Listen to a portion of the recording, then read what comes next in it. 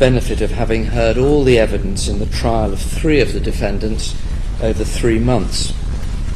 I've been in possession of helpful sentencing notes since April the 23rd. I cannot mention every point which has been made to me. Considerable assistance to me, and they have said everything which could properly be said on behalf of each defendant. What I have to say will take some time, because there are 6 defendants, the facts are complex, and there are a large number of considerations to be accounted for. On the 8th of November 2024, all in Rusev asked to be rearraigned on count 1, an allegation of conspiracy to spy, contrary to Section 1, subsection 1 of the Criminal Law Act 1977. He then pleaded guilty.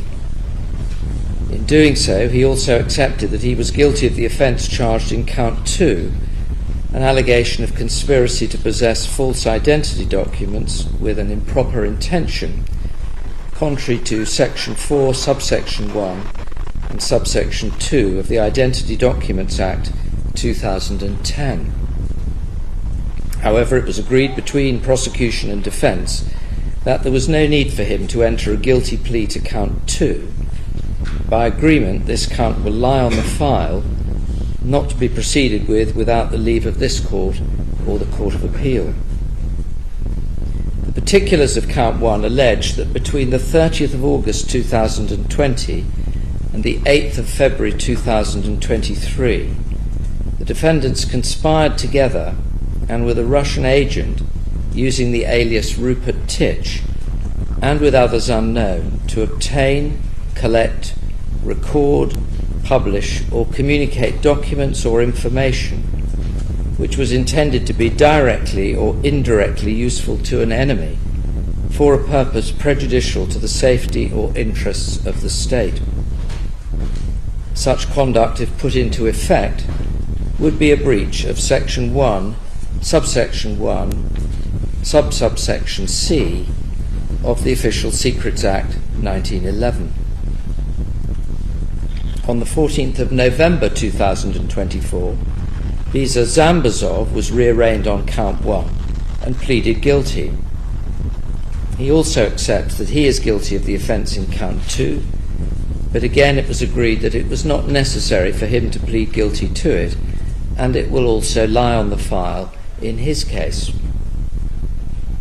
In the cases of Mr. Rusev and Mr. Zambazov, count 2 related to false identity documents found at Mr. Rusev's home address, 27 Princes Road, Great Yarmouth, and at the address shared by Mr. Zambazov and Miss Ivanova, Flat 6, 463 High Road, Harrow. The trial of the remaining defendants had been relisted in circumstances I will explain for the 26th of November 2024. On the 27th of November 2024, before a jury had been sworn, the prosecution applied to add a substantive count, count 3, in the case of Ivan Stoenov, contrary to Section 1, subsection 1 of the Official Secrets Act 1911. It alleged that he, together with others, including his 5 co-accused, between the 30th of August 2020 and the 8th of February 2023, obtained, collected or communicated information which was calculated to be, or might have been, or was intended to be directly or indirectly of use to an enemy, namely Russia, for a purpose prejudicial to the safety or interests of the state. Mr. Stoenov pleaded guilty to this count. It was an alternative to count 1. I shall enter a verdict of not guilty on count 1 in his case. The trial of Katrina Ivanova, Vanya Gabberova and Tiamia Ivanchev took place between the 26th of November 2024 and the 7th of March of 2025, when they were all unanimously convicted on count 1. Miss Ivanova was also convicted on count 2. but in her case, the count was only concerned with false identity documents found at the home address she shared with Mr. Zambazov in Harrow.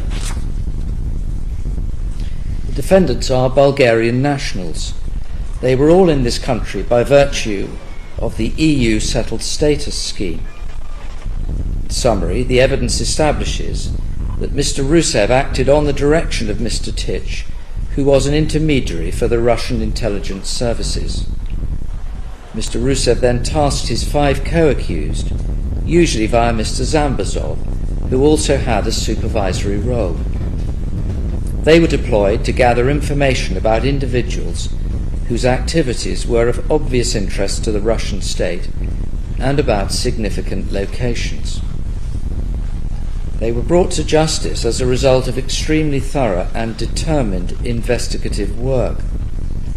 It was also an enormous task to prepare the case for trial. The police officers who were involved at court and behind the scenes deserve to be publicly commended for the work they have done. I single out the investigating officer, CN 1986, the case officer, CN 2363, the deputy case officer, CN 1086, the deputy case officer, CN 1886, the disclosure officer, CN 1053, and the lead analyst, CN 1146. The activity in this case involved 6 operations.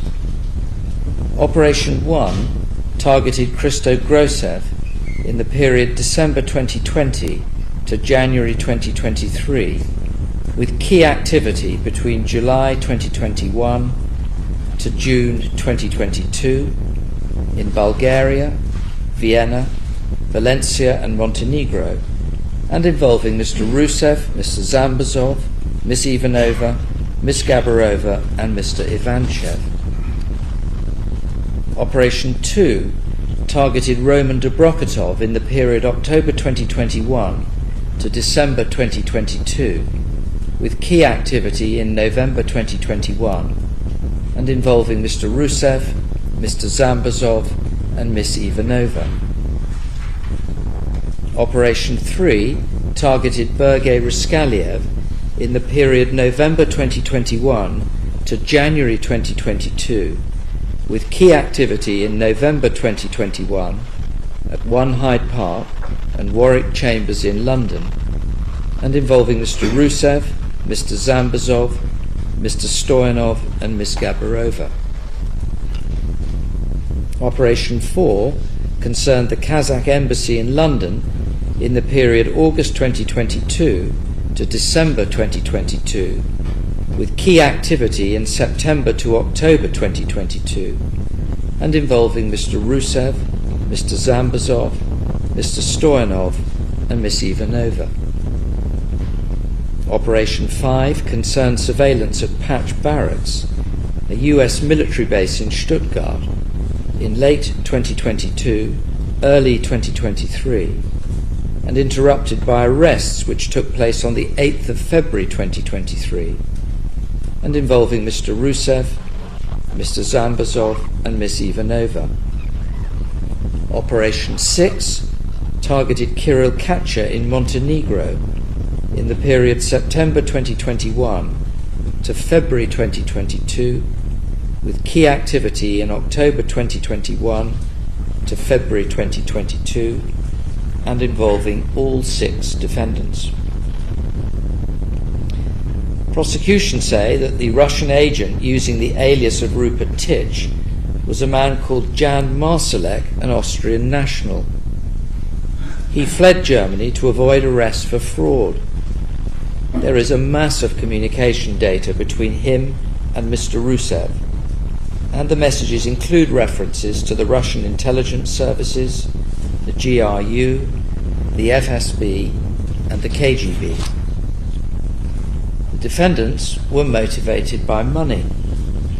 For example, on the 23rd of February 2022, Mr. Marsalek messaged Mr. Rusev that he was applying for €1 million for search and capture budget for Kirill.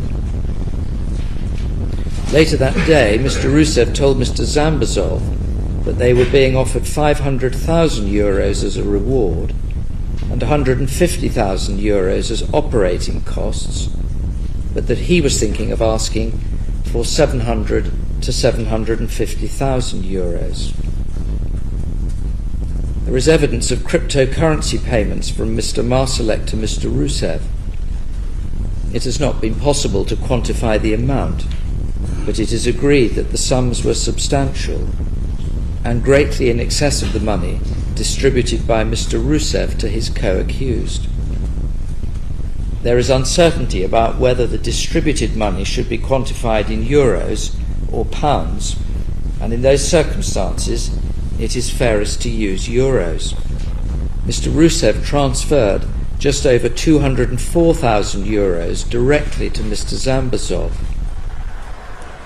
Ms. Ivanova received at least 149,978 euros, of which £6,500 came directly from Mr. Rusev. Mr. Stoenov received just over 12,000 euros, of which £640 came directly from Mr. Rusev. Ms. Gabberova received at least 28,405 euros. Mr. Ivanchev received at least 15,949 euros. Some of the money will have covered expenses incurred as part of the operations, but not all of it, and I am sure that the expenses enabled the defendants to live very comfortably on the occasions in question. Ms. Ivanova confirmed this in her pre-sentence report. The money paid by Mr. Titch/Marsalek demonstrates to my satisfaction that it must have been thought that what the defendants were doing was of value. I need now to say a little more about each of the operations. Much more detail is accurately set out in the prosecution's revised opening note dated 4th November 2024, and I shall not rehearse it all at this stage. Christo Rusev, the target of Operation 1, is an investigative journalist for the Bellingcat Group and their lead investigator for Russia, including into the 2018 Salisbury attack. Mr. Rusev is aware that other operations have been conducted against him by the Russian state. Between July and September 2021, Mr. Marsalek and Mr. Rusev discussed options in relation to Mr. Rusev, which included conducting surveillance upon him and kidnapping him and taking him to Moscow. Mr. Zambazov went to an address of Mr. Rusev's in Bulgaria in July 2021 and took photographs. Surveillance in Vienna began in August. Mr. Zambazov and Ms. Gabberova were in Vienna in August as part of this. Mr. Rusev was followed from Vienna to Valencia in Spain by Ms. Ivanova, Ms. Gabberova and Mr. Zambazov. He flew to Valencia on September the 12th, 2021. Ms. Ivanova was actually on the same flight. He was then followed from the airport by all three of them. Ms. Ivanova flew back to London on September the 13th, but Mr. Zambazov and Ms. Gabberova continued to keep him under surveillance at the hotel where he was staying until he left on September the 17th. Ms. Gabberova had obtained an entry pass to a conference he attended at the hotel. He remained a target of surveillance when he returned to Vienna. Premises opposite his were rented and photographs taken. Miss Ivanova and Mr. Ivanchev were involved in this. Mr. Rusev helped with a number of technical issues regarding surveillance equipment. Mr. Ivanchev was in Vienna at the end of September 2021. Miss Ivanova was in Vienna from October the 3rd to October the 14th, 2021. She took images of vehicles in the street which were transporting Mr. Rusev. She also saw Mr. Rusev at the same time. She went to his father's address. Mr. Ivanchev took a video of Mr. Rusev in the street on the 15th of October 2021. Miss Ivanova examined post in Mr. Rusev's mailbox in November 2021 and took photographs which she sent to Mr. Rusev.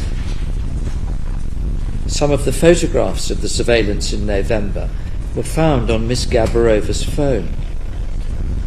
In November 2021, I am sure that she went to the flat to check on the surveillance camera with a friend.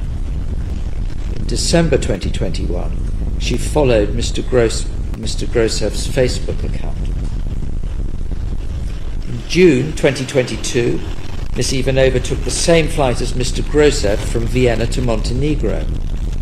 He was under surveillance at the hotel he stayed in for a conference with the theme of journalism in an age of Russian aggression. Miss Ivanova took a photograph of Mr. Rusev and Mr. Roman Dobrokotov by a swimming pool. In the same month, Miss Gabberova sent the name of Rusev and email addresses and a telephone number to Mr. Ivanchev.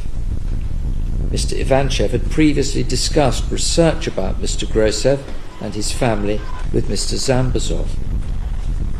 He had sent information from Vienna about Mr. Rusev to Mr. Zambazov.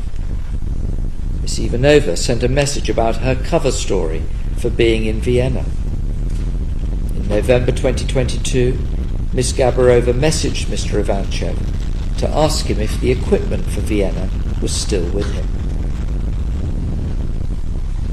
In a victim personal statement, Mr. Rusev has explained that finding out what had been going on had been terrifying, disorienting and destabilizing.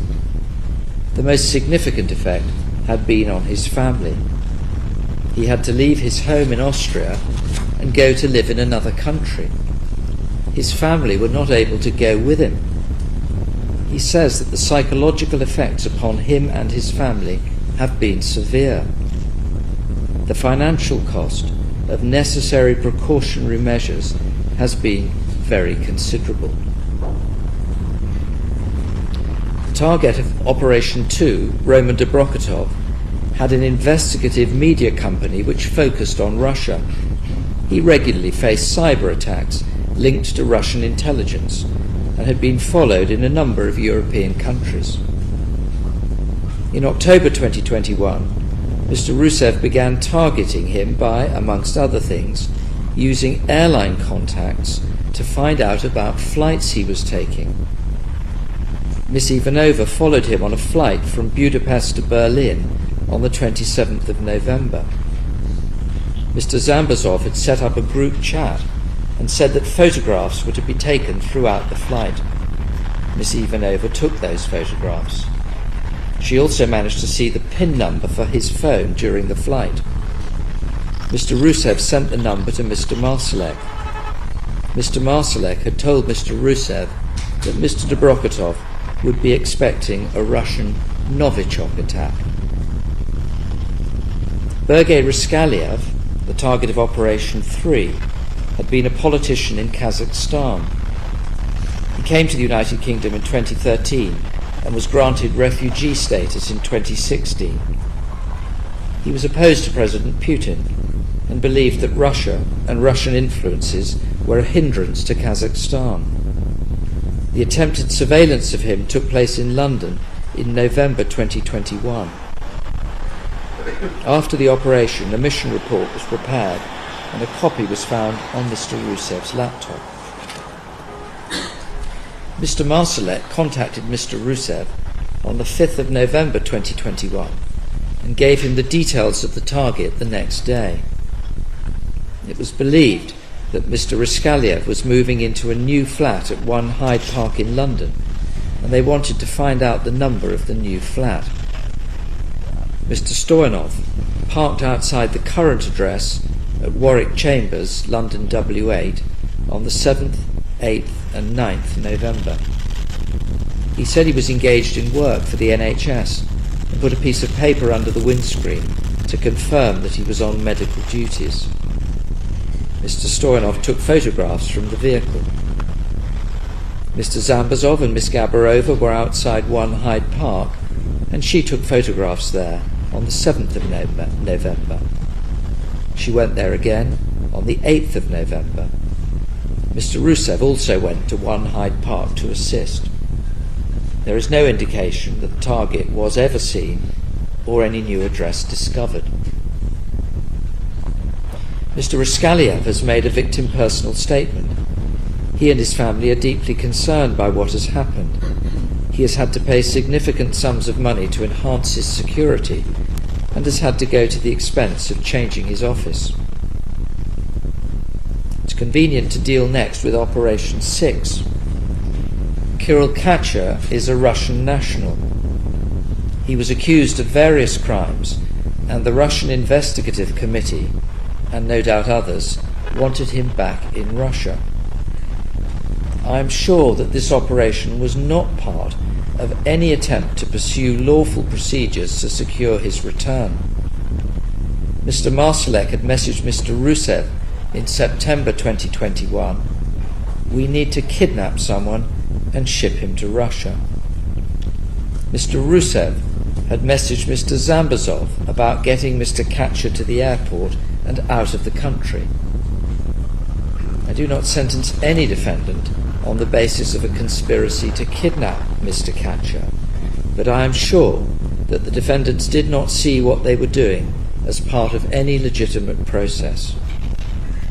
I do not have any statement from Mr. Katcher about the effect upon him, but that does not affect the seriousness of what was going on. A draft surveillance report was found on Mr. Zambazov's mobile phone. It explained that the on-the-ground surveillance team, supported with the deployment of drones, had identified 3 addresses linked to Mr. Katcher in Montenegro and a number of individuals who were thought to be part of his family or employees. The planning of the operation was first raised by Mr. Marsalek with Mr. Rusev on the 18th of September 2021. In due course, a villa was rented in Montenegro. Mr. Stoenov was there to take part in surveillance at the end of September/beginning of October 2021. Miss Gabberova and Mr. Zambazov were similarly engaged in October 2021 and at Christmas 2021. Messages between Mr. Ivanchev and Mr. Zambazov showed that Mr. Ivanchev travelled to Montenegro on the 5th of November 2021. Images he sent back to Mr. Zambazov were forwarded to Mr. Rusev. Mr. Ivanchev was back in Montenegro in January 2022. He flew a drone for surveillance whilst he was there. Miss Ivanova was also there in January 2022. Miss Gabberova was there in February 2022. On the 5th of February, Mr. Zambazov forwarded Miss Ivanova a message from Mr. Rusev referring to the Russians taking over. On the 7th of February, he forwarded her another message from Mr. Rusev, which referred to a Russian undercover team. Miss Ivanova said in evidence that she had met a Russian couple in Montenegro in February 2022 who had an interest in Mr. Katcher. Mr. Ivanchev said in his police interview that he met a Russian female in Montenegro who frightened him, but he did not say why. I am sure that they met members of the Russian team and that each of them knew that that team was also engaged in surveillance of Mr. Katcher and that the purpose of meeting them was to coordinate their activities. Mr. Ivanchev took the Russian female to locations of interest which had been identified. Mr. Zambazov also had contact with the Russian female and set up a group chat. Operation 4 involved a plan to stage a false protest at the Kazakh embassy in London and then to give information about the alleged perpetrators to Kazakhstan in order to give the appearance that Russia was seeking to assist Kazakhstan, thereby promoting their relationship.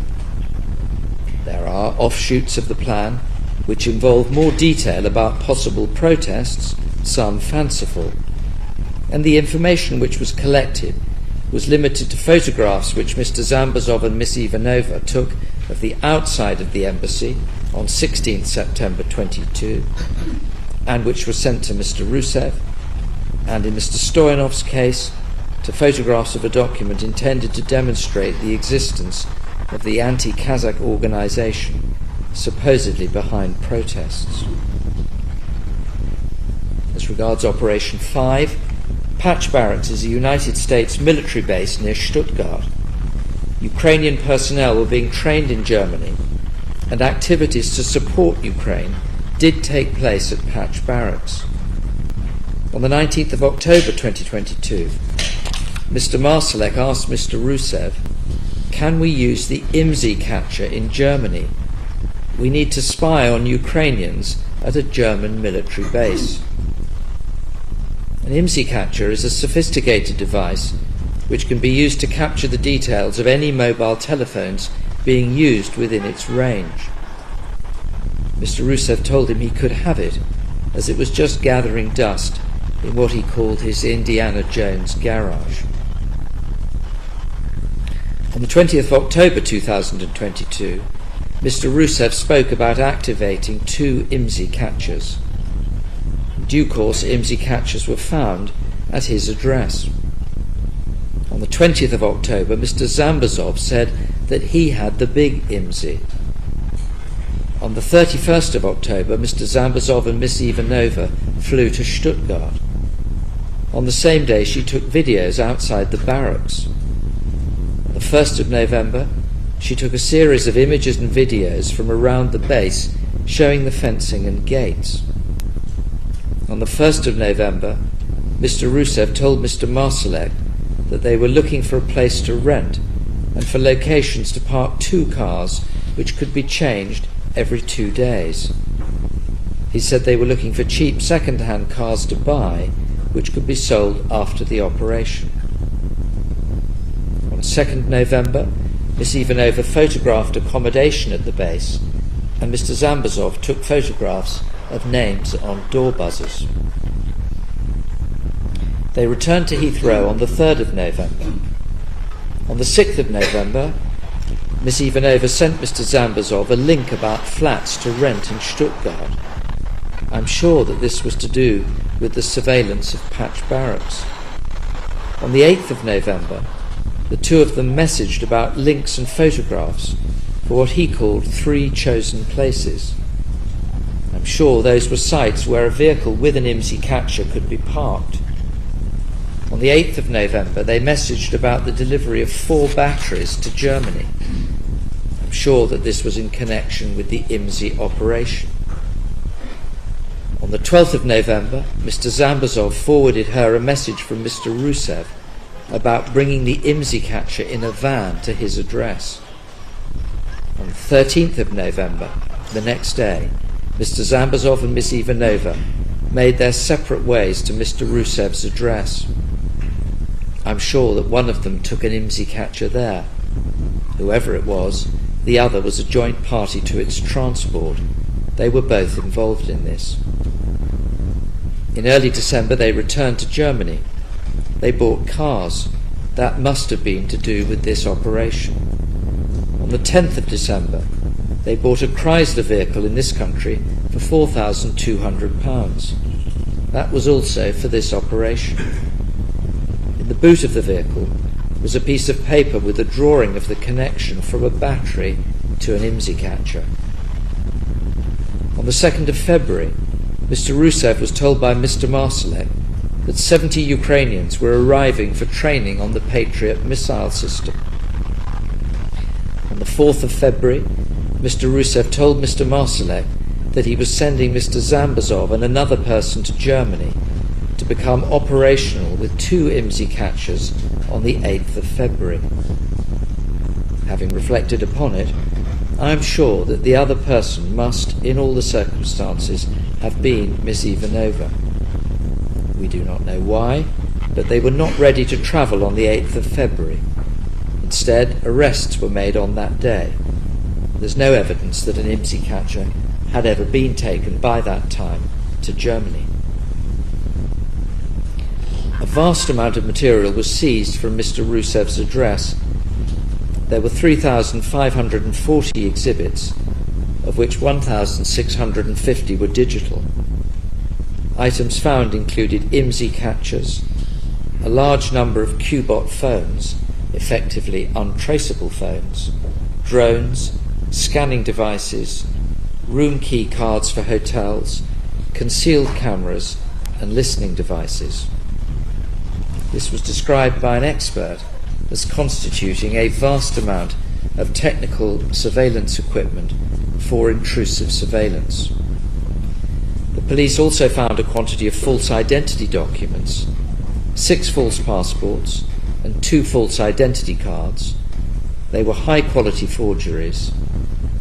10 false identity documents were found at the Harrow Road flat, 6 false passports, 2 false residence permits, a false identity card, and a false driving license. In the course of all the searches, fake press passes were found in the names of Mr. Zambazov, Miss Ivanova, Miss Gabberova, and Mr. Ivanchev. These and false Interpol documents in Mr. Zambazov's name were for use when engaged in surveillance work if it was necessary to allay suspicion. Also at the Harrow Road flat were items such as radio jammers and concealed cameras. Mr. Rusev and Mr. Marsalek had exchanged messages about improving the quality of the false identity documents, suggesting that they were close to the source of production. 12 financial accounts were opened using some of the false identity documents. There is no evidence that any of the recovered false identity documents was ever used for the purposes of travel. It seems that they were used to open bank accounts, which were used to distribute funds for the benefit of the defendants. It is convenient to deal at this stage with the bases of plea which were entered by 3 of the defendants.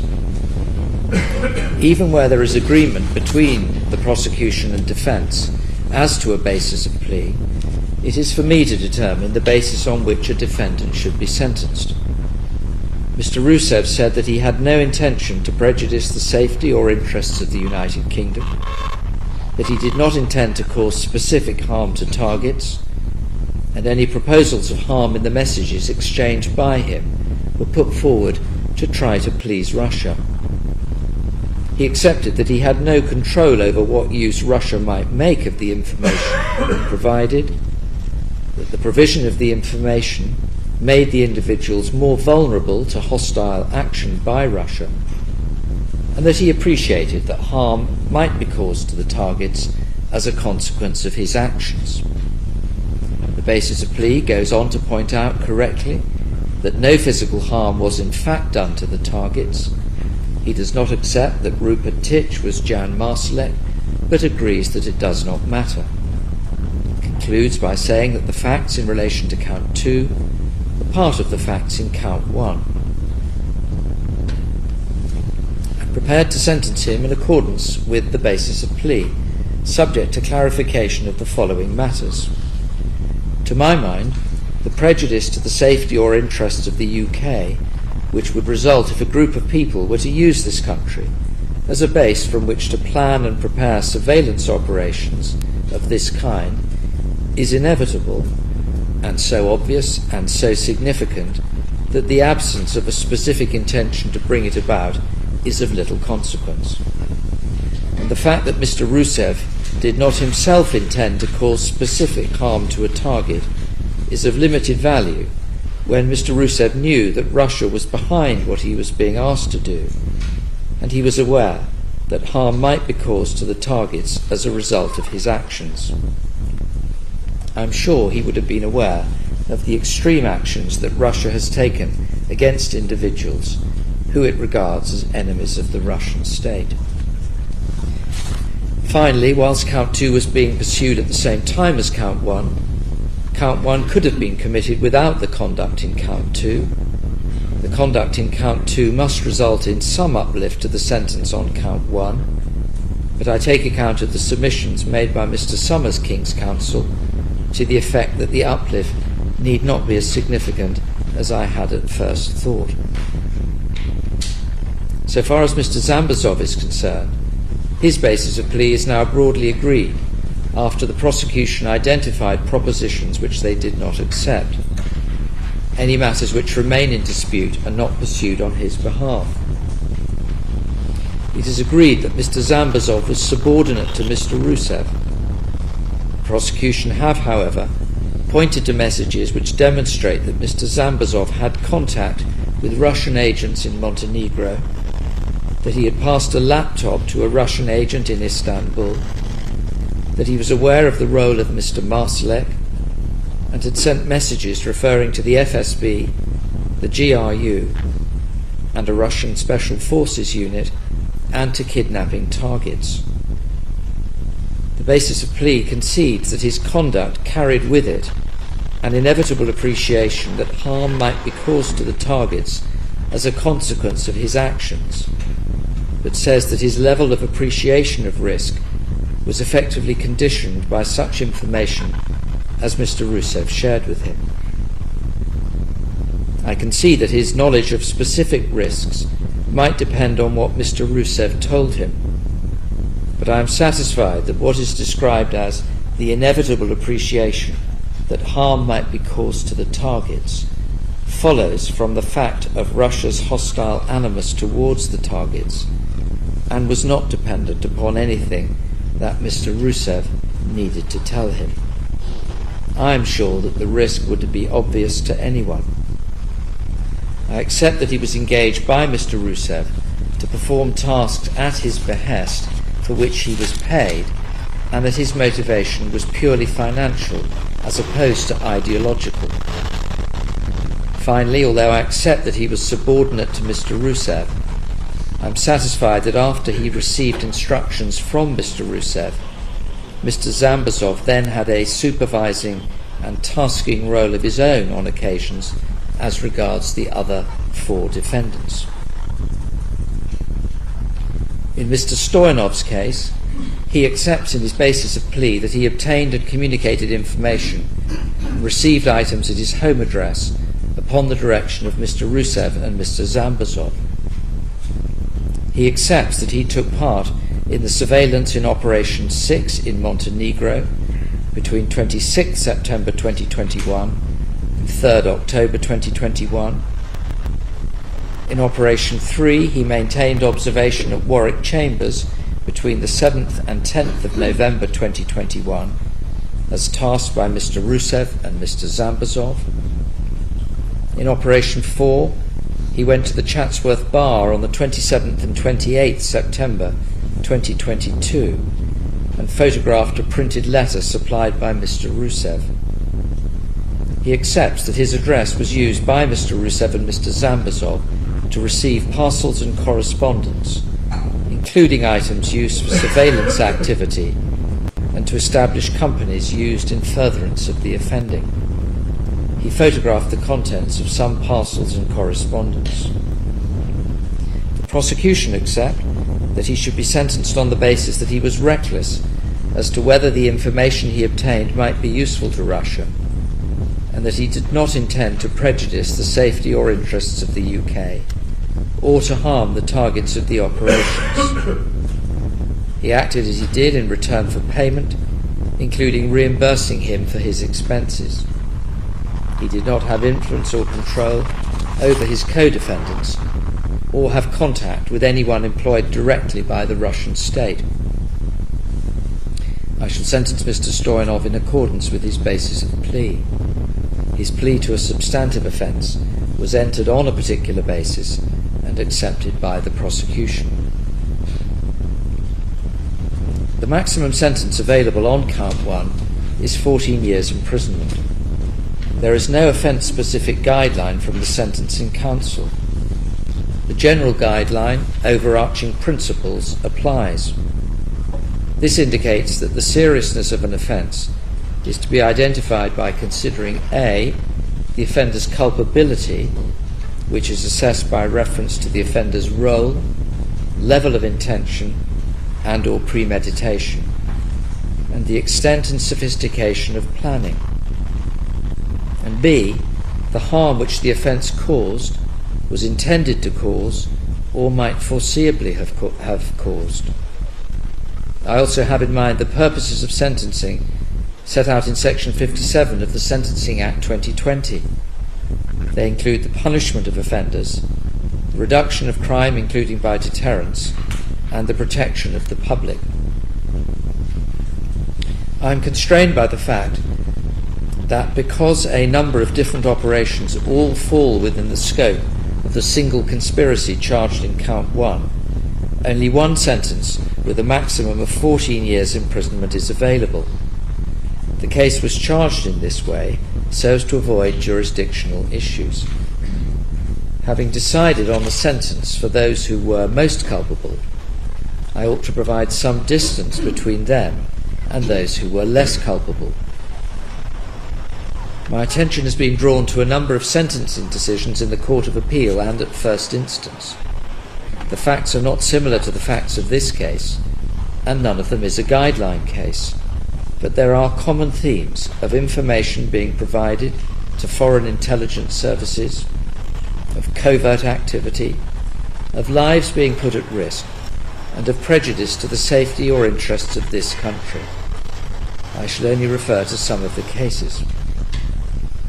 In Blake, consecutive sentences were passed for offences contrary to Section 1 of the Official Secrets Act, which resulted in a total sentence of 42 years imprisonment. The Court of Appeal said that the sentence was intended to be punitive, it was designed and calculated to deter others, and it was meant to be a safeguard to this country. In Britain, the total sentence of 21 years imprisonment was upheld following pleas of guilty to 5 counts, contrary to Section 1, subsection 1 of the 1911 Act.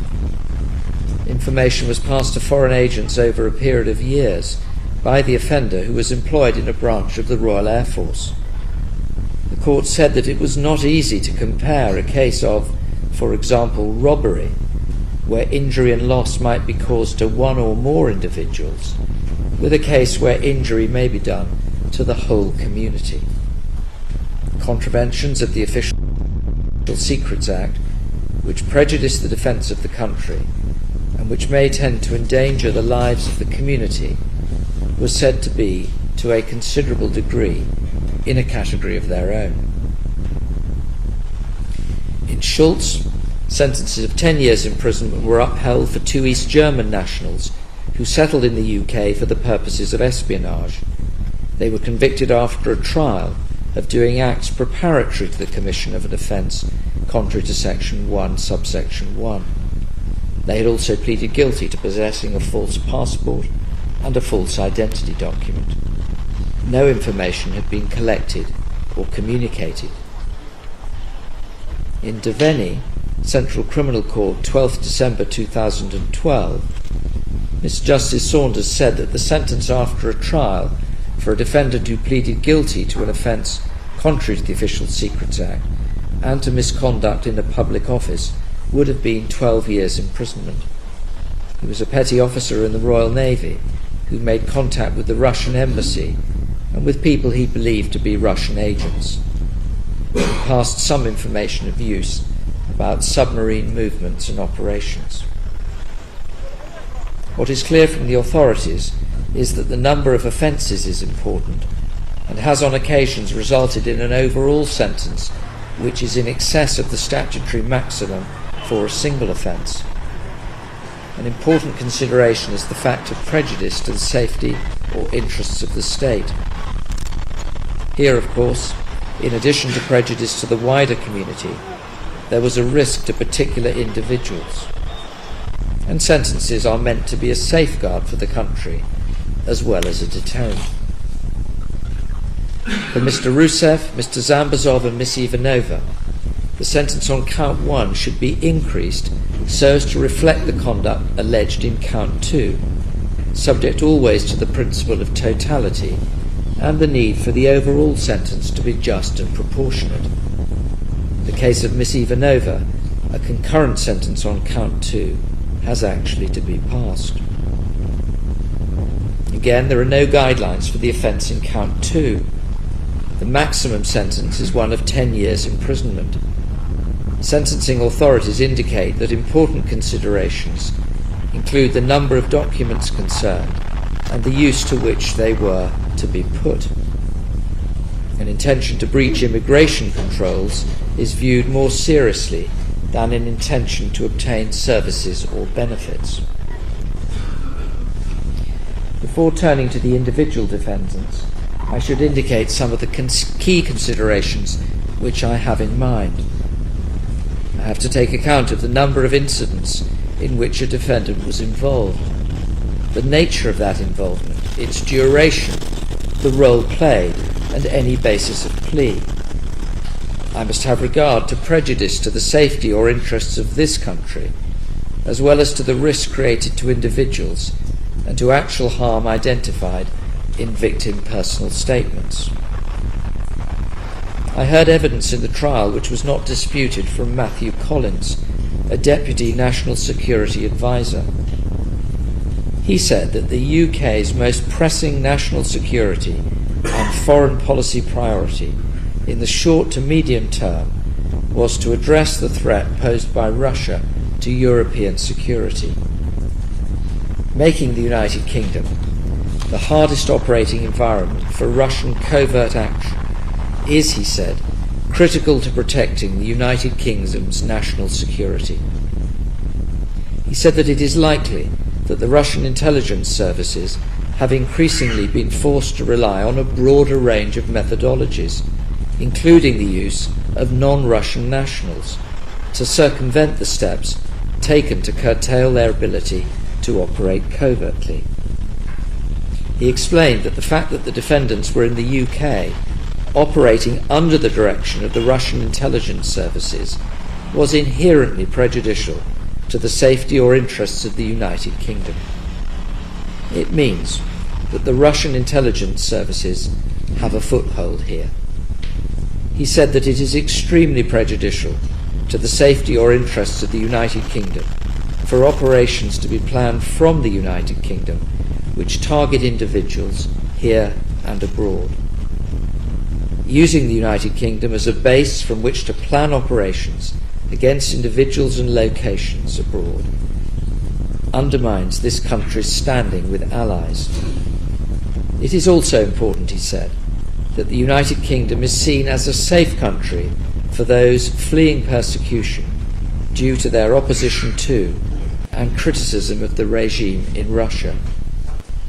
And he said that targeting journalists and the founder of a media outlet undermines freedom of the press, one of our core democratic values.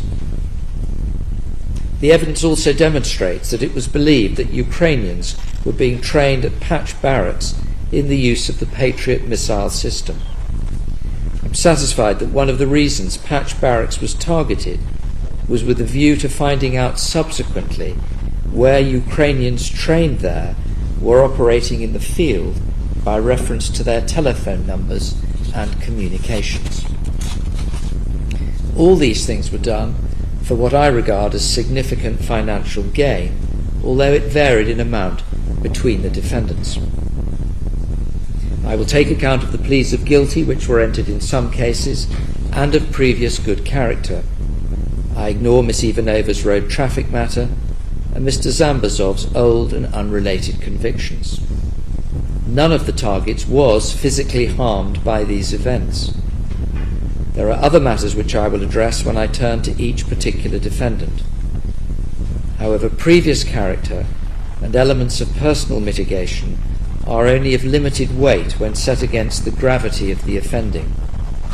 It is self-evident that a high price attaches to the safety and interests of this nation.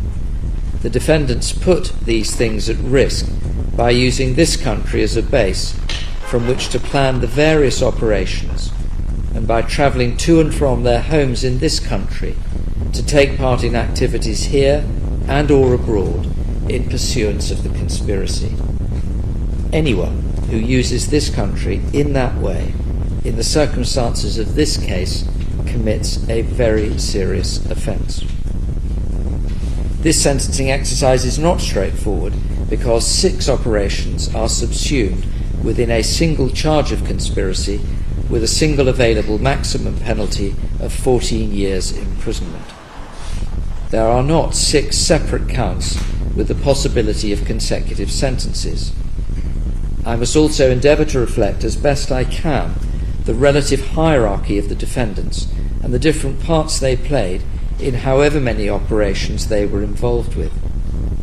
There is not always much room to do that when sentences for conspiring to take part in a number of operations have to be passed on a single count, and where there is a limit below which sentences for the offending here could not properly go in the case of any defendant. The unusual constraints here are unlikely to be replicated in another case. At the end of the process, I have looked at the sentence for each individual defendant in an effort to satisfy myself that it is appropriate for the particular defendant and their particular offending. That is more important than minute comparisons with other defendants, where the room for that may be limited and where there are so many different factors to be evaluated for each defendant. In the case of each defendant, the defendant will serve 1/2 of the sentence of imprisonment I must pass before release on parole license. Ordinarily, a defendant would then be released on license until the end of the sentence. But in this case, since the defendants are foreign nationals and will receive a qualifying sentence, each of them is liable in principle to automatic deportation to Bulgaria. The earliest point at which a defendant may be deported will be on completion of the custodial part of the sentence and before release on license. However, if there is any delay in the operation of the deportation provisions, or any reason why they do not apply to a defendant, the defendant would be released on license. In that event, if a defendant were to breach any license condition or commit a further offence, the defendant may be recalled to custody. I have already made a confiscation order in Mr. Rusev's case and deprivation orders in the case of each defendant. Each of them must also pay the statutory surcharge in the sum of £190. Each of the defendants may remain seated throughout what I say next.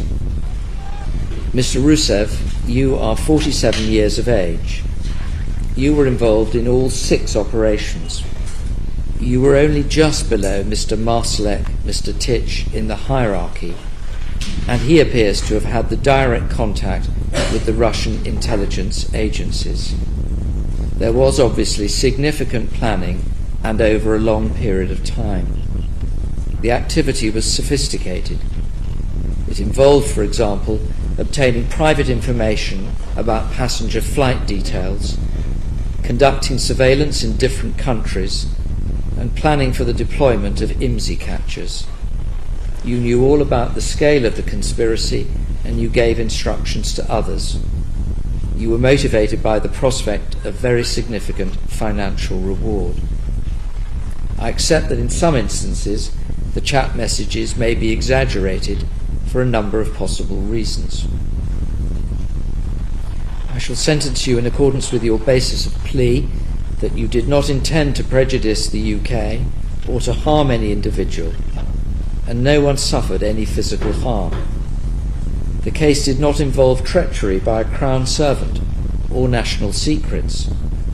However, your conduct was designed to meet the present-day requirements of those who paid you. Your culpability was high, and the harm you risked was considerable, providing Russia with information about the whereabouts of people it regarded as enemies and planning to obtain details of Ukrainian military personnel. The risk of harm to individuals was very obvious and very serious, and your purposes were prejudicial to this nation's safety and interests. The sentence on count 1 has to be increased because of the 18 false identity documents you possessed with an improper intention, using them to open bank accounts. A single substantive offence of the kind covered by the conspiracy in count 1 would have a maximum penalty of 14 years imprisonment. I make an allowance on account of the matters identified in your basis of plea and because of the absence of previous convictions, but in my judgment your offending is at the top of the available scale. Whilst I accept that points can properly be made about the possibility of worse cases, the fact is that you planned 6 separate operations. Had you been convicted after a trial, a sentence of 13 years imprisonment would have been appropriate. As regards credit for plea, the trial was fixed for 28th October 2024. On the 3rd of October 2024, the trial date was put back at the request of your lawyers to the 26th of November because more time was needed to prepare for trial. You had had difficulties in accessing documents whilst in custody. As late as the 25th of October, your lawyers were contributing to discussions about the venue for the trial, which they wanted to be wherever would enable them to have the most conference time with you during your trial. The basis of plea was agreed with the prosecution on the 30th of October 2024. Significantly, you had provided an addendum defence statement on the 10th of October 2024, in which you amplified information given in your first defence statement of the 8th of May 2024. You had claimed that the activities you undertook were not for the assistance of Russia, but were in some instances conducted on behalf of an Israeli client who was involved with Mossad and with the Israeli Defense Force. In October 2024, you said that you could not name your client because of a non-disclosure agreement you had signed and also for reasons of public policy. You said that other activities were undertaken through the Israeli client, but on behalf of the Serbian intelligence agency and on behalf of Kazakhstan's intelligence agency. You acknowledged by your plea of guilty that all this was untrue, but you were still making those false claims at a very late stage. You did not need to have access to the documents in the case to know that those claims were untrue. Significant disclosure requests were made of the prosecution concerning the 3 intelligence agencies mentioned. Preparations for trial in your case had continued. I have to consider the stage at which the plea was entered or notified. A plea entered immediately prior to the start of a trial would attract maximum credit of 10%. It could always be less, but I will take it as the starting point here. I acknowledge that you were the first to notify a plea of guilty, and others then followed. That is deserving of further credit. I also appreciate that this was a complex case and that your plea considerably simplified, shortened, and concentrated the trial which followed. In all these circumstances, I shall afford you credit in the order of 18%. Pleas of guilty in these very large cases are to be encouraged. The result is a sentence in your case of 10 years and 8 months imprisonment. I need also to deal with the 228 days which you spent on remand while subject only to the identity documents charge, for which no specific sentence will be passed in your case. It is agreed on all sides that these days should be credited to you in the interest of justice and in the particular circumstances of this case. I'm of the same view. This can be achieved by confirming, as I do, that the identity documents charge constituted a related offence to count 1 for the purposes of section 240 ZA, subsection 1b of the Criminal Justice Act 2003. Mr. Zambazov, you are 44 years of age. You fall just below Mr. Rusev in the hierarchy of offenders. The same observations I have made about the nature of the offences apply to you. You were also involved in all 6 operations. You played a part in managing the remaining 4 defendants. Your culpability was high, although not quite as high as Mr. Rusev's. Again, your activities risked great harm to individuals, and your purposes were prejudicial to this nation's safety and interests. You involved others. I shall treat you as a person of good character. I take account of the false documents you possessed with an improper intention. If you had been convicted after a trial, the appropriate sentence in your case would have been one of 12 years' imprisonment. Your lawyers raised the question of a guilty plea after Mr. Rusev entered his guilty plea on the 8th of November. That was some days after the trial had been due to start on the 28th of October, save for Mr. Rusev's application for more time. The pleas of guilty did save a lot of time and simplified the trial which followed. I shall allow you credit of 15% for your plea of guilty, which I regard as a generous allowance. The result is a sentence of 10 years and 2 months imprisonment in your case. All the days you have spent on remand will count towards your sentence. I make the same confirmation as for Mr. Rusev regarding section 240 ZA, subsection 1b, in respect of count 2. Miss Ivanova, you are 33 years of age. You are below Mr. Zambazov in the hierarchy. You were, however, involved in 5 of the operations. I'm sure that you were well aware of what the Patch Barracks operation was all about, and you flew to Germany from this country on 2 occasions to take part in the preparations. Again, your activities posed an obvious and serious risk to individuals and to the wider national interest. I take account of your previous character and of the contents of the pre-sentence report which I ordered. In doing so, I was mindful of a question one juror asked about the possible effect of any influence Mr. Zambazov may have had over you. You explained in your evidence that in some respects you and he had what you described as an open relationship. I accept that if you had not met him, it is unlikely that you would have become involved in anything like this. But the view I have formed is that after you were recruited, the activities you undertook with him were a consequence of the fact that you had thrown in your lot with him by free choice, for better or worse. You came to this country with him, you both worked for the doctor's laboratory, you both involved yourself with Bulgarian elections through the embassy in this country, and you both became involved in gathering information for Russia. You lived with Mr. Zambazov and must have had a very good idea of the full extent of what was going on. Although neither of you is to be sentenced for it, he trusted you to take part in the military equipment enterprise. I am sure you knew he was involved in trying to buy military equipment for Russia. That does not add to your or his sentence, because it does not form the subject of any charge, but it confirms to me that you were a trusted partner. You were deceived by Mr. Zambazov about his relationship with Miss Gabberova, but not about the activities for which you fall to be sentenced. I'm sure about that.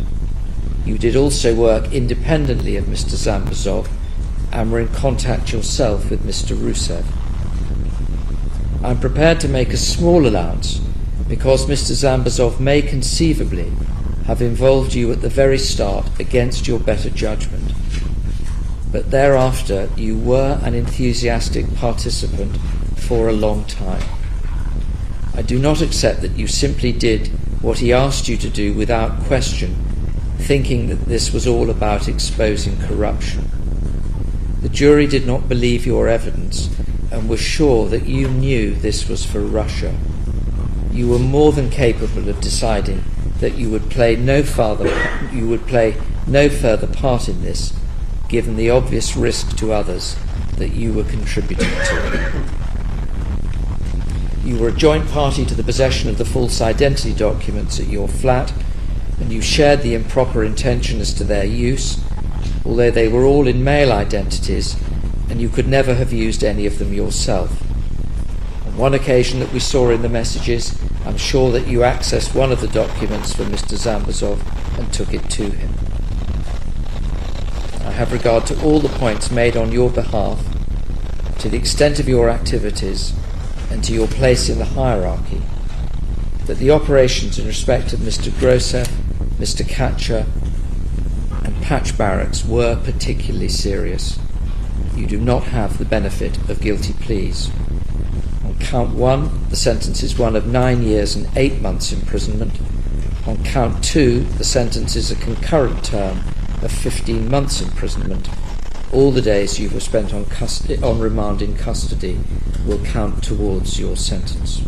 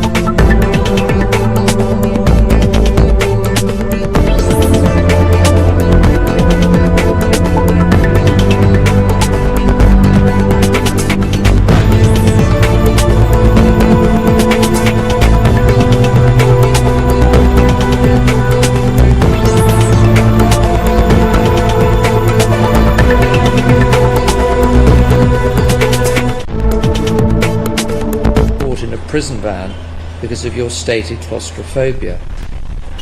Dr. Ali had access to your medical reports and had a video call conference with you in June 2024. You had not previously been diagnosed with any acute or chronic physical or mental health condition, although Mr. Ivanchev did tell the police that you had attempted suicide in the past. I have no information about the circumstances of this or as to how determined it was or was not. You did not mention it to Dr. Ali. You said that your sleep on remand was disturbed by prison officers. Your mood varied from feeling fine to feeling tearful. You said you'd been given food you were allergic to. You were anxious and stressed. You had suicidal thoughts. You said you suffered from claustrophobia, depression, panic attacks and paranoia. You had been prescribed medication but did not want to take it daily because of side effects and only used it when you felt claustrophobic. On the basis of questionnaires you completed, the answers according to Dr. Ali were indicative of severe depression and severe anxiety. Dr. Ali thought you were also suffering from panic disorder and claustrophobia. The claustrophobia was particularly triggered by travelling in the prison van. As part of the treatment, Dr. Ali recommended anti-anxiety medications and not travelling in the prison van, which appeared to be a significant trigger for your symptoms. I also have a pre-sentence report and a general prison report in your case. I have taken account of both of them. You have said on occasions that you would harm yourself in custody, but only to achieve a move you wanted.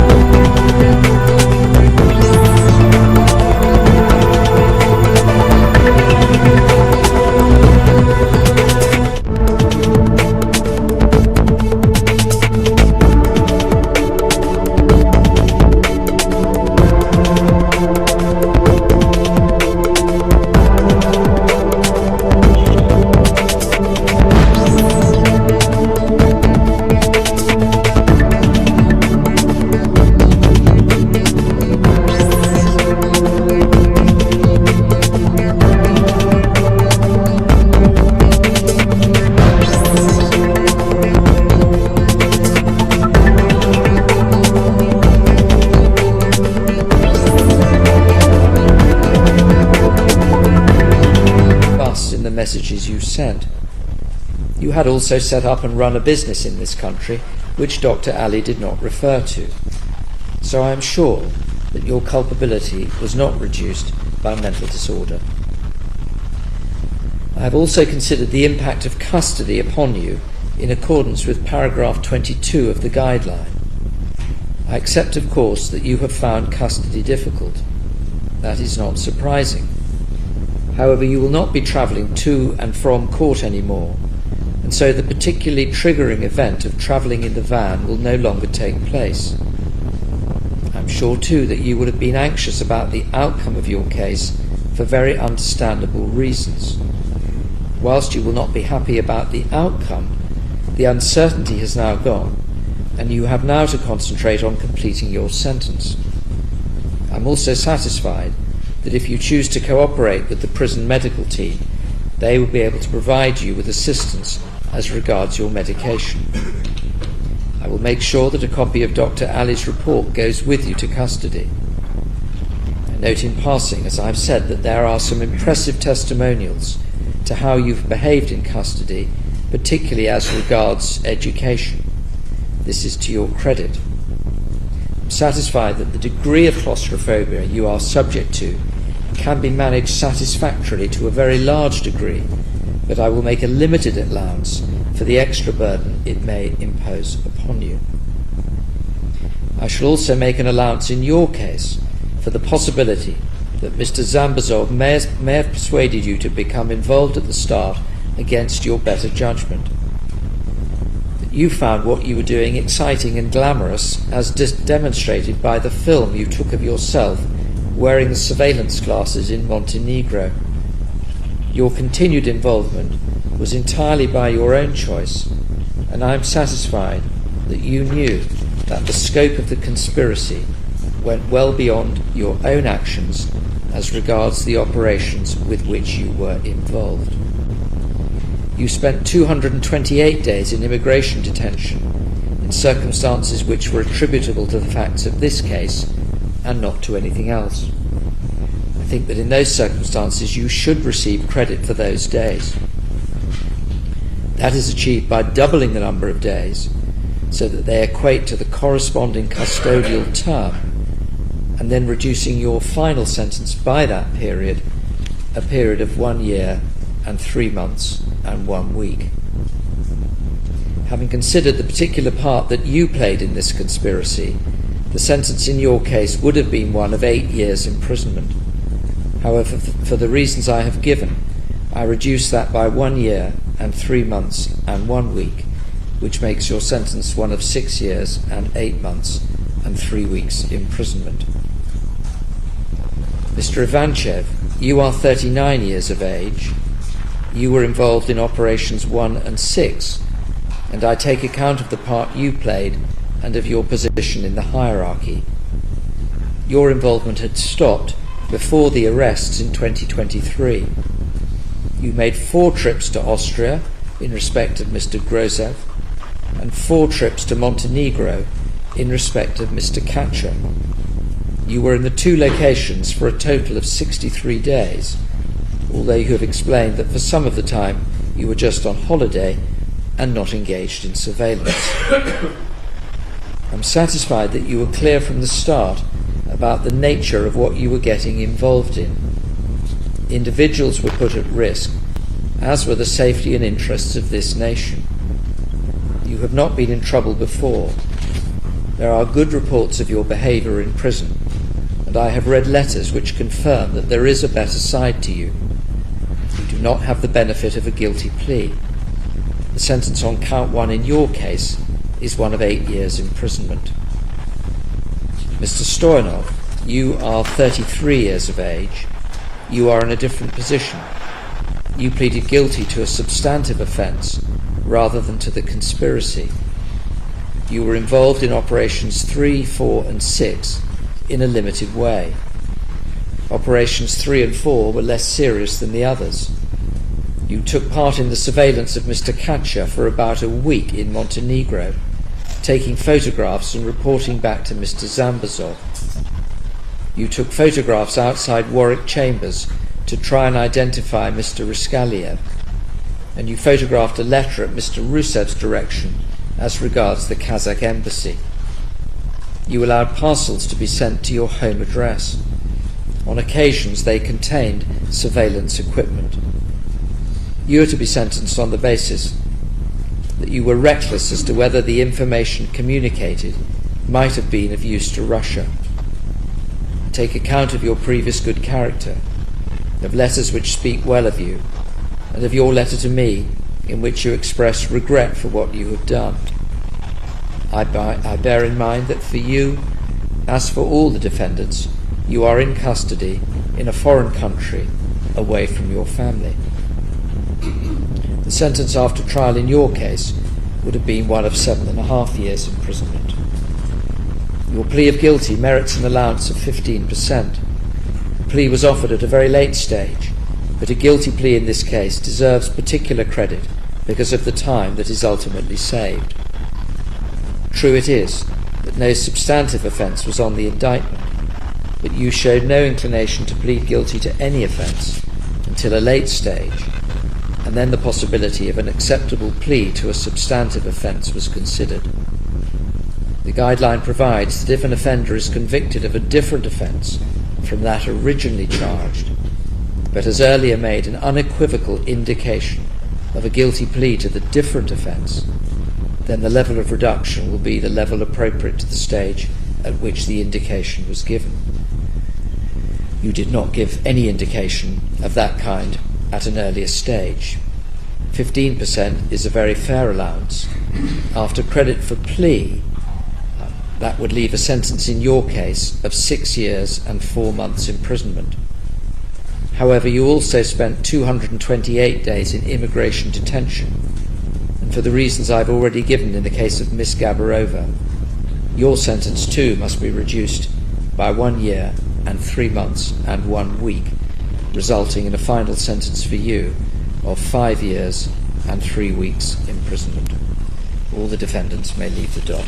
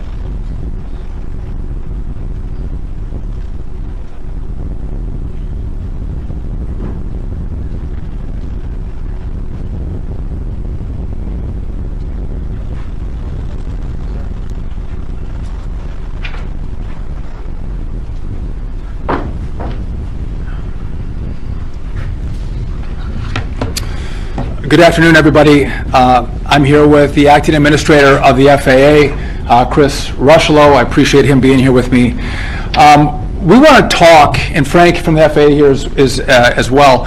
Listen, we've all been reporting and seeing what's happening at Newark Airport. And I think it is clear that the blame belongs with the last administration. Pete Buttigieg and Joe Biden did nothing to fix the system that they knew was broken. And so I want to lay out how we got here, what's going on in Newark, and what our plan is to actually fix it under this Trump administration, who, by the way, fixes problems, doesn't cause problems. So how we got here. In July of 2024, the Biden-Buttigieg FAA moved control of the Newark airspace from New York, or also known as N90, to Philadelphia Tower or the Philadelphia TRACON. As part of the move, the STARS system that processes radar data for Newark remained based in New York, so they didn't move it from New York down to Philly where the controllers would be. Redundant and diverse telecommunication line feeds this data from New York to Philadelphia TRACON, where controllers handle New York arrivals and departures.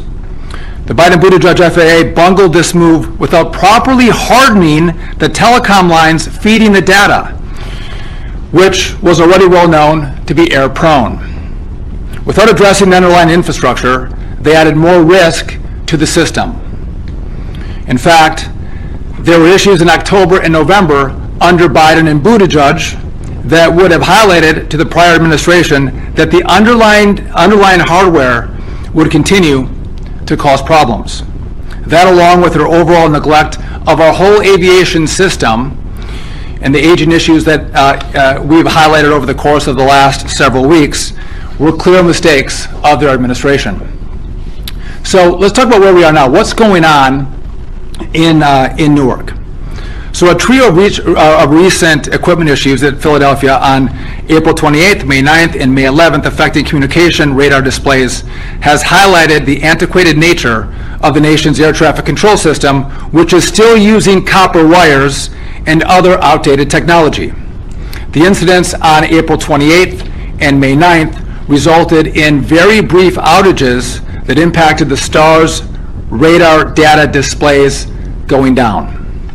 The most serious of these outages lasted approximately 30 seconds. This includes the STARS radar data displays going down again for 30 seconds. The STARS displays took approximately 60 seconds then to reboot and come back online.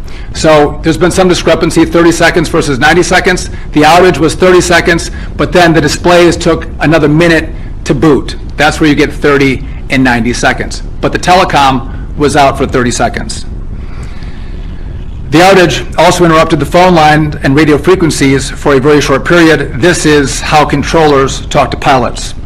Radio frequency connections to phone lines via voice switches are the primary way those controllers do talk to pilots. These frequencies returned almost immediately, which is why you heard pilots actually telling airplanes that they couldn't see them with the radar. They were able to talk to the airplanes, but couldn't see the radars or the airplanes on their scopes.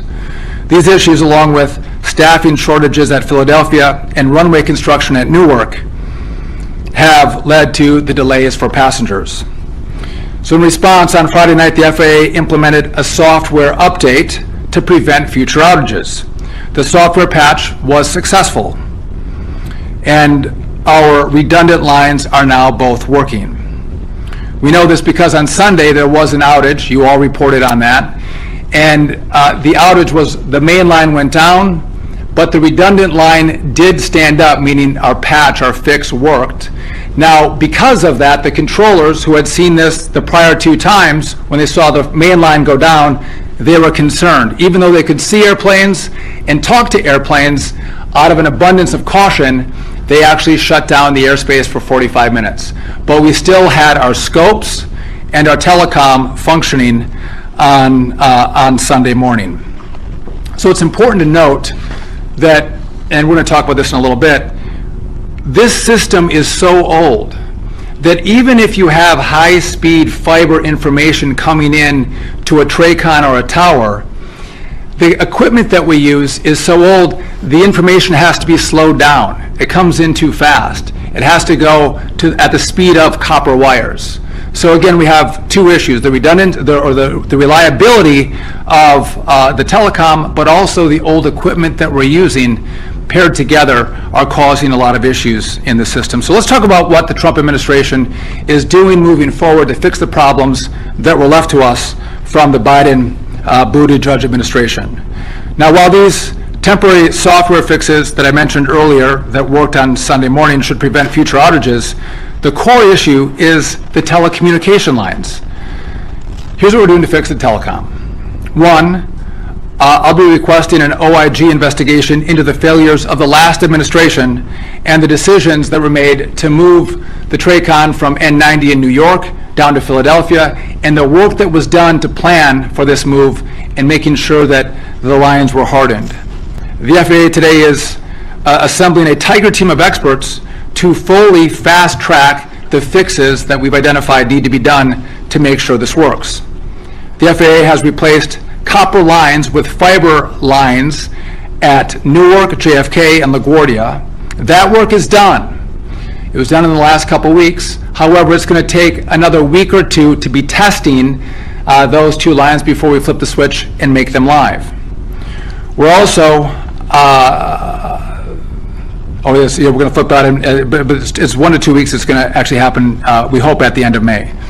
We have spoken with the heads of Verizon and L3Harris to understand why the telecom issues persist and how we can expedite those fixes. And again, we work with L3Harris as our contractor, and Verizon is on the ground offering the support on the lines that run actually the telecom into the TRACON.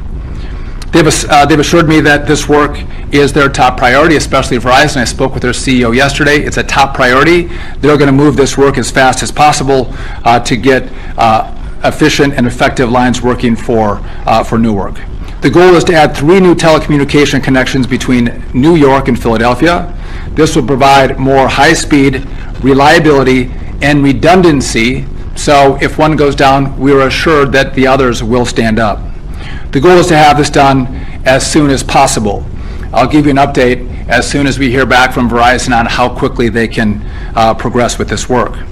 Let me be clear, even with these new lines, we still, as I mentioned, have to dumb down the data feed from these outdated systems inside of our towers, our centers, and our TRACONs. Again, I showed this last week. We're using equipment that looks like it's off the Apollo 13 set. And so today we have high-speed fiber, but when it comes into the TRACON, we do slow it down so it can be used by the old equipment. Our hope is to have high-speed fiber connections and then new technology in these towers, in TRACONs and centers, so we can maximize the use of American airspace. Number 5, the FAA is deploying a temporary backup system to the Philadelphia TRACON that will provide redundancy during the switch to a more reliable fiber optic network. This system will ensure that if both fiber connections fail, at the same time air traffic controllers will still be able to communicate with aircraft and with other controllers. This fortifies communications, ensures it is uninterrupted if a dual fiber failure occurs. The FAA is going to establish a STARS hub at the Philadelphia TRACON so the facility doesn't have to pull that data from New York. So again, we're pulling it from New York. We want to bring that down to Philadelphia. By the way, the STARS system should have been brought down to Philadelphia before this TRACON was moved. Biden and Buttigieg did not bring it down. They just quickly moved the TRACON without having STARS in place and without testing how hard the equipment actually was in regard to telecommunications. Using existing statutory authority, I have as the Secretary of DOT. The DOT will convene a delay reduction meeting this Wednesday with all airlines who have flights at Newark. The goal is to have a manageable number of flights land at Newark. Families shouldn't have to wait 4 or 5 hours for a flight that never takes off. By lowering the number of flights, we can ensure the ones that are kept, they do actually take off and they do actually land. This authority hasn't been used in over 20 years. As I've stated publicly, if Congress approves our plan, the President's plan, to build a brand new air traffic control system, work at Newark is going to be a priority. We will do that first. And so, again, to recap, I'm going to pass it off to the administrator. We're in a situation where telecom is going down. And it's taken some time to isolate the problem. And we believe we've done that, but I don't think we're out of the woods yet. We actually have to spend the time now to build the network that should have been built before the TRACON was moved. I know this is frustrating. I know it's hard for the airlines operating out of Newark, the families that fly out of Newark. It's problematic. But our commitment is always safety. We're going to make sure that if you fly, you're going to fly safely. And if we reduce the number of flights at Newark, we're not doing it to annoy people. We're not doing it to delay people's travel. What we're doing is guaranteeing safety. And when you have problems, you actually slow things down. And that's what we've done. We've slowed down the flights at Newark until we can stand this system up and be assured that we have enough controllers and a system that's actually working to keep everybody safe. And again, we didn't have to be here. This did not have to be our story. Over the last 4 years, the last administration, they knew this was a problem. And by the way, during COVID, when people weren't flying, that was a perfect time to fix these problems. But again, they got $1.2 trillion for infrastructure, and virtually none of it went to fix the biggest American infrastructure problem that we have, which is our air traffic control system. And so what you see in Newark, we're going to have to fix. We're going to move fast, but we're going to do it right. My concern is that we could see other situations like this around the country because the system is old. It's old. And we are fighting to make sure we work with Congress, get the money, and begin this build of a brand new system as quickly as possible. This couldn't happen without the leadership of President Trump, who, again, I'm going to say, he talked to me when he gave me the job. He knew how old this system was. And so when I presented him this plan, he said, listen, I want you to walk through it. Are we going to do the whole thing? This is not a patchwork. It's not a Band-Aid. This is going to be everything. We're going to build it brand new. And I said, yes, Mr. President, this is a plan to build everything new. It's going to be complicated, but we don't want more Newarks.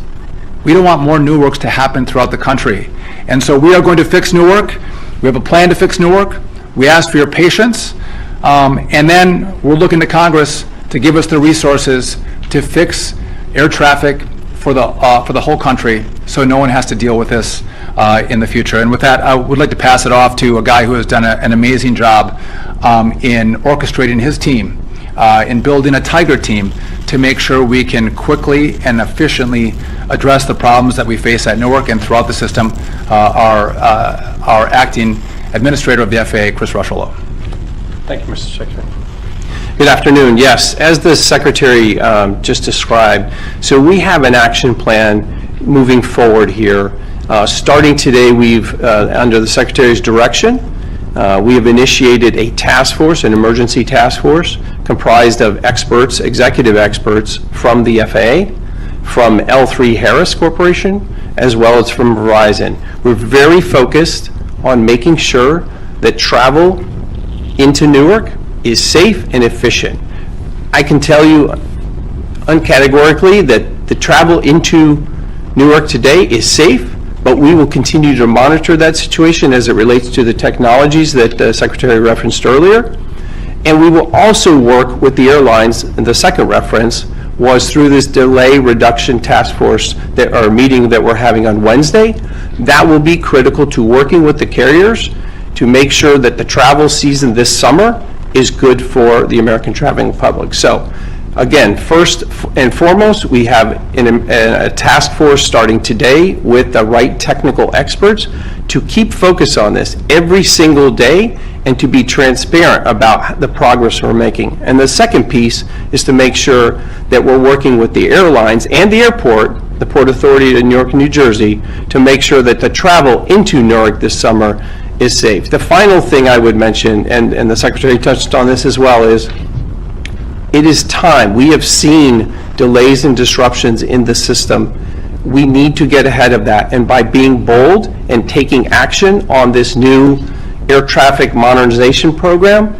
That will be the long-term fix, even the midterm fix, to make sure that we continue to provide safe and efficient travel for the American traveling public.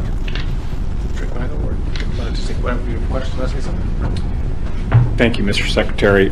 As a former controller and now as a manager that helps oversee the air traffic organization, top to bottom, in all my conversations with our management team and with the controllers, they look forward to new infrastructure. They look forward to the commitment that is being made by this administration and the leadership by Mr. Duffy to work on equipment that is younger than the children that they have. I will tell you, when I was in the Air Force and I was a controller in 1999, I actually was the test bed for STARS.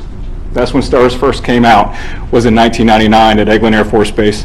We tested that. As a controller at Albuquerque Center, it was almost 20 years ago where the ERAM system came in. That's our automation for our en route centers. And the issues that we have with static on the frequencies were problematic then, it's exponential now. So we look forward, Mr. Secretary, to the new infrastructure, top to bottom. We applaud your efforts, sir. Thank you. So we're happy to take any questions if you have any. Yes. Mr. Secretary, thank you. Could we see more air traffic controllers from better staffed towers come to Newark to help out? I'll take a stab at that. Tell me if I'm wrong, but it does take time to train up controllers from other areas. So if they move from the Potomac Tracon and move up to Philly, it takes up to a year to train them on that airspace, Frank. Am I right on that? Average certification time, sir, for N90 is 2.5 years, but with our accelerated program, we hope to have that reduced quite a bit by a year to a year and a half, 2 years. So it could be a year. So even you have a 20-year experienced controller, they move to a new airspace. It takes them a long time to train up. So we don't have the ability to just snap our fingers and move controllers around. It takes time to train up specifically on the airspace in which they control, which is why the staffing becomes an issue, and you got to see over the horizon on how you make sure you have enough in training to deal with any shortfalls that may come in the out years. Yes. You've been saying that this is decades-old problems, and these issues have been present for years and years and years. So why didn't this administration initiate changes in their first administration? Well, I think what we saw is the cracks that you are now seeing today were highlighted actually over the last 4 years. We were seeing more and more of it. And the president has said this a number of times. He had a plan to come into the second part of his administration because he knew what was going on to actually fix it. Some money, some billions of dollars were allocated from the last administration to this effort, and it was wasted. You don't see any result of any money that's been spent over 4 years. And by the way, they had no problem spending money. They spent a lot of money, and they didn't spend the money here. The president was understanding the cracks at the end of his administration and was going to fix it 4 years ago. But the last administration, they did nothing about it. And so as things get old, you get to the point where you're starting to hear some rattles in your car. That's probably the sign you bring it to the shop. The last administration was hearing the rattles, and they basically kept driving and didn't do anything to fix it. Yeah, Grady. Thank you. First question's on Newark specifically. Last week, I think it was, United CEO said that the FAA regularly approves more than 80 flights per hour at Newark, even though it also tells the airline that 77 is the maximum. So I guess the question is that true? And if so, why is it happening? And then what's the target for reduction? Yes, it's a great question. I would say to you, currently we're running essentially 24 to 28 arrivals. There's a lot of things that factor into the way the controllers can safely manage air traffic in and out of Newark. So that could be staffing, that could be technology, that could be weather. And all of those decisions are made based on the ability to safely manage that traffic in there. So there's no 70 flights an hour. There are arrivals and departures when you do the math. But at the end of the day, what we're talking about is safe arrivals, safe departures. Right now, we're running a variable rate between 24 and 28. We expect that will continue. Again, when the construction project finishes at Newark, we will have an ability to kind of manage some additional traffic. But first and foremost, we're going to make sure our controllers are comfortable handling the workload they have, and then making sure that all those other parameters are factored into the decision to accept arrivals. And what do you think an appropriate target is? I know you still have the meeting coming on Wednesday, but Right. do you have a number in mind going into it? So I'll start from a place of whatever's safe to bring in there, and we're going to work very closely with the carriers and the airport to make sure that that is appropriately communicated to traveling public as well. Mr. Secretary, one for you. In his previous term, President Trump advocated for the privatization of ATC. I know you've said that you don't want to go that route. I'm wondering if you've spoken with the president about that and what changed since then. So I haven't specifically talking to the president about privatization. I don't recall whether he was supportive or not. But what we have to do is unify Congress. This is not a Democrat or Republican issue, it's an American issue. And privatization is an issue that divides people. And if once the president and I and Chris are done building a brand new system and they want to have a conversation about privatization, they can do that. We'll be long gone. But if we have that, nothing is going to happen here. And there's more risk to the airspace. I'm not going to have more risk to the airspace. And so I want to keep everyone together, R's and D's. We're all wearing the same American shirt. Let's get it done together. Yes. Hi, Ali from Bloomberg News. I wanted to ask about Wednesday's meeting and kind of piggyback off the question about flight reductions. So I saw that the notice mentioned the FAA was going to propose no more than 56 total operations per hour, 28 arrivals, 28 departures.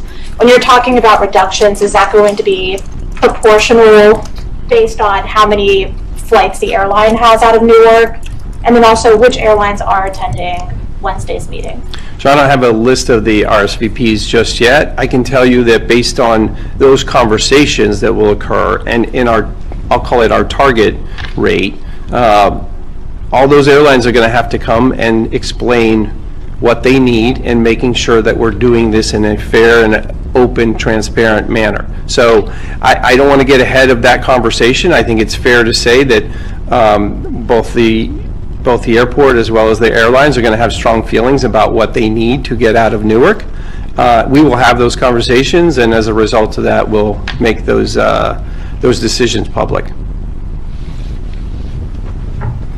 And I think it's important to note we don't want to front run that conversation.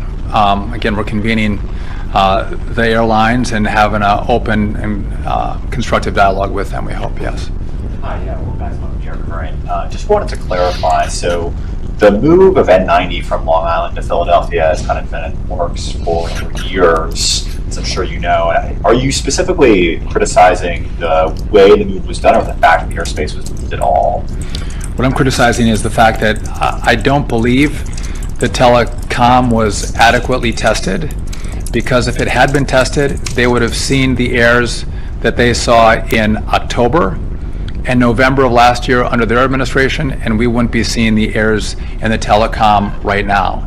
So they didn't test it, and before they moved the TRACON, they should have put the STAR system down at Philly. That would have hardened the system. And so there was a number of things that weren't done in preparation for the move, which has left us in the situation in which we now have these reductions and cancellations at Newark. Yes. Sam Ogazalik at Politico. You mentioned the backup system at the Philly TRACON and then also a software patch on Friday. Are those the same things, or can you distinguish what the differences are, if there are any? So, do I want to take this? Do you want to go? I'll try it, and then if I get it. So,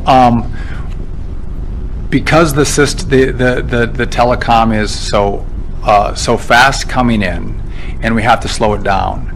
When the primary line went down and we switched to the backup line, the system we have in place was not adequately slowing down the feed, and so it overloaded that line and it went down. But again, we are trying to slow speeds down to 1990 speeds for 1980 equipment.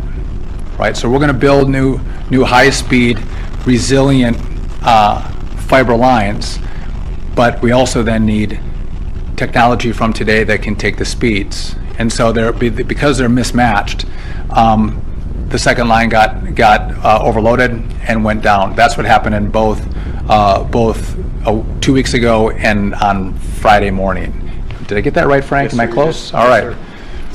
So is the backup system operational right now? I know the software patch has been deployed. So the software patch actually worked on Sunday morning. So that's why we didn't lose radar, we didn't lose telecom on Sunday morning, but the primary line went down, and when that happened the prior 2 times, the whole system went down for 30 seconds. So the controllers were concerned, and that's why they did a ground stop for 45 minutes. However, we didn't lose telecom and we didn't lose scopes this Sunday. The backup line and the fix worked, so the backup line was functioning the way it is supposed to. Does that make sense? Okay. Yes. Yeah, Dave Sherwoodson from Reuters. So Verizon has a $2.4 billion contract the FAA signed in 2023 to replace the copper wire. Why do you think it hasn't happened faster? And what's the medium-term solution? Right? You mentioned the software patch, the short-term fix, but when we have assurance that the system is modern enough, at Newark at least, to ensure that this doesn't happen again? They signed a $2.4 billion contract, the last administration did with Verizon. Do you know how long it was going to take to actually implement that $2.4 billion contract, which, by the way, was not enough money to build out fiber throughout the whole system? It was a 15-year contract. So this contract was just signed. They have another 12 years to complete the work, which was idiotic from the last administration. And so we're trying to repurpose and get Verizon to move more quickly. They've been good partners. They're trying to accommodate the needs of the FAA and the flying public. And again, we're going to need more money on the telecom front. That was just a part of it. And we can use some of that money for what work we're doing here. That was the first part of your question. The second part was? I know the current system requires a lot of maintenance. I think some of these outages may have gone down when maintenance was occurring. So how do you have, what's the roadmap to a medium-term solution where we don't have these type of outages, or will the backup system be enough? So in Newark, we have, again, we've taken out the connections at the airports that were copper. We've made them now fiber. So we have fiber connections at the airports. We're testing those right now. We go through a 2-week test period before we flip the switch. End of May, we should be able to flip the switch and bring the fiber online. But we're having problems with some of the lines we're currently using. So we are pushing our contractors to actually fix these telecom issues that we have right now. And it was supposed to be the end of the summer. I don't want to give you a date because you're going to hold me to it, but we are pushing them to radically speed up the time frame in which they can deliver new telecom into the Philly TRACON, which should resolve the issues that we're experiencing, over the last 2 weeks. Yes. Yeah, 2 questions. One is, I know you said Newark will be a priority. Will it be the #1 priority given the confluence of problems that we've seen? Yeah. So I think we're going to be able to do, we're going to have to do more than one location at a time. But yes, priority #1 is going to be Newark. You're placing a lot of the blame on the previous administration, but these problems are happening now under the second administration. Are you just unlucky, or are there some real issues that need to be addressed under this current administration? If you buy a used car, you drive it home, and go to bed, wake up the next morning, drive to the store, and it breaks down, is it your fault, or is it